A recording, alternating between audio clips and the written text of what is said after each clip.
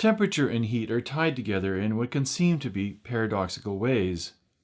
In the video to follow, I show one of these, how our perception of temperature is affected by how heat flows from our bodies. Here are 3 questions I'd like you to keep in mind as you watch. Why could a surface that has a higher temperature than another actually feel colder? What's drawing heat away from the body? And how do we relate heat to temperature? Temperature is one of those things that we think we really understand well, but it's actually a bit of a subtle concept. It's tied intimately into the phenomenon of heat. To demonstrate this, we're going to use a classic demonstration that was done by Benjamin Franklin back in the 18th century. Franklin, of course, was one of America's first scientists, and he loved to have these kinds of interesting impromptu demonstrations at parties that he would give for his friends. And the demonstration we're going to do mimics that a little bit. It's not quite exactly what Franklin did, but it's going to illustrate the phenomenon just as Franklin did back in his day. What we've done here is we've taken 2 materials. We have a metal table and we have a styrofoam block, the same kind of thing that you get in packing materials. This one happened to come from a local furniture store. And we've set them out at night under a cold night sky. Like most winter nights here, it was quite cold last night. It got down to about 0 degrees Celsius. It's about 10 degrees Celsius right now.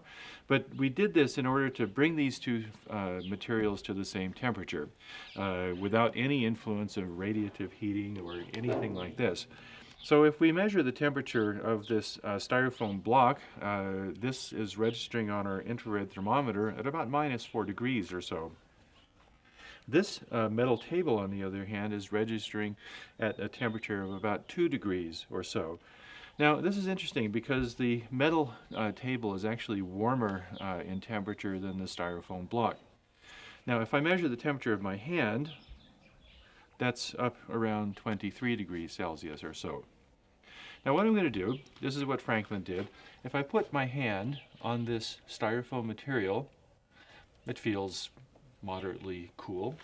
But if I put my hand on this metal material right here, it feels very, very cold.